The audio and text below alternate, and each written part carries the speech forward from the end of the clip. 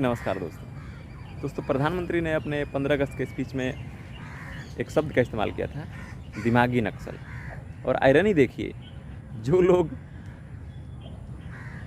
अपने आप को खुद आकर के एक्सपोज कर रहे हैं कि हाँ मैं हूँ एक दिमागी नक्सल, इसका मतलब ये है दोस्तों कि जो तीर है वो सही निशाने पर लगा है। दोस्तों ये कौन लोग होते हैं दिमागी नक्सल? दोस्तों ये वही लोग होते हैं जो 24 घंटे उनको बिजली चाहिए, लेकिन अगर आप पावर प्लांट, हाइड्रो प्रोजेक्ट्स बनाते हैं तो उसका जाके विरोध भी यही लोग करते हैं। इनको हाईवे चाहिए, एक्सप्रेसवे चाहिए, इनको बुलेट ट्रेन चाहिए।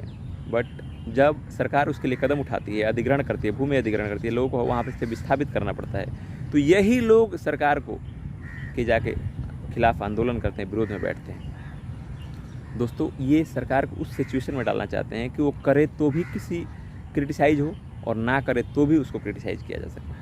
दोस्तों ये वो लोग हैं जो आतंकवादियों के लिए दिन रात एक कर देते हैं। इनको जो सेना के लोग हैं या जो पुलिस के लोग हैं या जो सिविलियंस हैं या वो मरते हैं टेररिस्ट अटैक में, तो इनको उनके ह्यूमन राइट्स नहीं दिखते। लेकिन एक आतंकवादी अगर पकड़ा जाए तो उसके लिए कोर्ट के दरवाजे खटखटाते हैं, जाकर के उनके लिए लड़ने के लिए तैयार हो जाते हैं और उनके लिए नारे लगाते हैं, उनके लिए जुलूस निकालते हैं।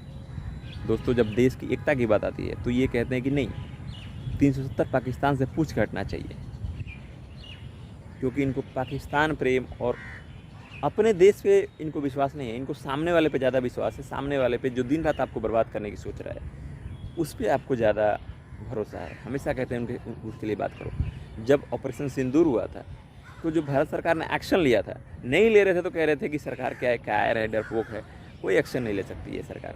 और जब सरकार ने एक्शन लिया और वाकई में पाकिस्तान को पीटना शुरू किया तो फिर यही लोग रो रहे थे कि ऐसे क्यों कर रहे हो, युद्ध करना सही नहीं है, ये लड़ाई करना ठीक नहीं है। दोस्तों ये जो हमारे नॉर्मल, आप सब समझ सकते हैं कि ऐसे जो डाइकोटोमी वाले लोग होते हैं, जो इनका सोल एजेंडा ही है दोस्तों कि सरकार को, अपने देश को और किसी भी तरीके से अराजकता में ढकेला जाए, इसको किसी तरह से बदनाम किया जाए, किसी भी तरीके से इसको कमज़ोर स्थिति में लाई जाए कि दुनिया इसका किसी तरीके से फ़ायदा उठाए और सब इसको नोच खाएं। इस देश को, इनके आका जो पहले थे वो सब वापस आ जाएं।